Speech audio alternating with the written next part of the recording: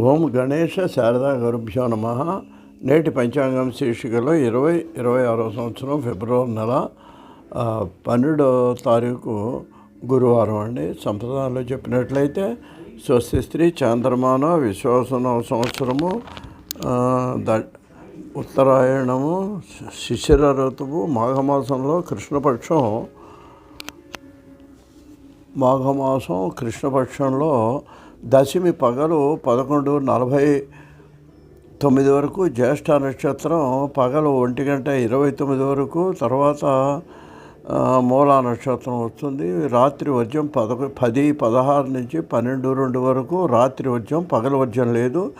దుర్ముహూర్తం పగలు 10:20 నుంచి 11:25 వరకు, మళ్ళీ మధ్యాహ్నం 2:55 నుంచి 3:41 వరకు. దశమి తిథి, వారం కూడా మంచిదే కాబట్టి ఏదైనా పనులు అవి చేసుకోవటానికి మంచిదనే చెప్పుకోవచ్చు. తారాబలం అది చూసుకొని మీరు పనులు చేసుకోవటం మంచిది.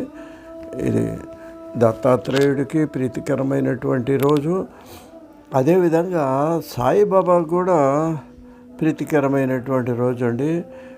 అనేక సాయి దేవాలయాల్లో వెళ్ళేటువంటి అర్చనలు చేసుకునేవాళ్ళు, ప్రసాదాలు వితరణ చేసేటువంటి వాళ్ళు కూడా ఉంటారు. కాబట్టి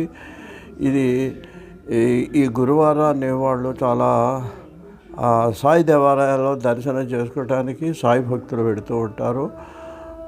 తర్వాతనేమో ఈ వారం ఏంటంటే గురుడండి, అంటే బృహస్పతి వారం అని కూడా అంటారు దీన్ని.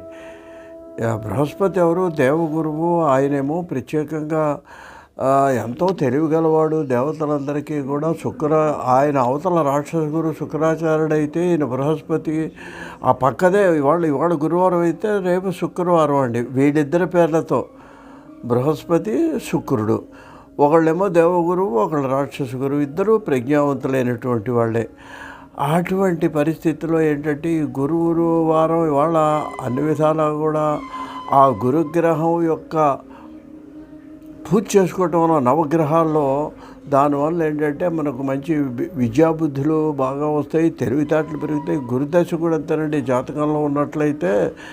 అలాగే శుక్రదశలో కూడా ఈ రెండిట్లో కూడా ఏంటంటే వాళ్ళు ఎవరి గురువులైనప్పుడు కూడా వాళ్ళు తెలివితేటలు గలవాళ్ళు కాబట్టి ఆ దశలో మనం అభివృద్ధిని సాధించడానికి అవకాశం ఉంటుంది అని పెద్దలు చెప్తూ ఉంటారు. స్వస్తి.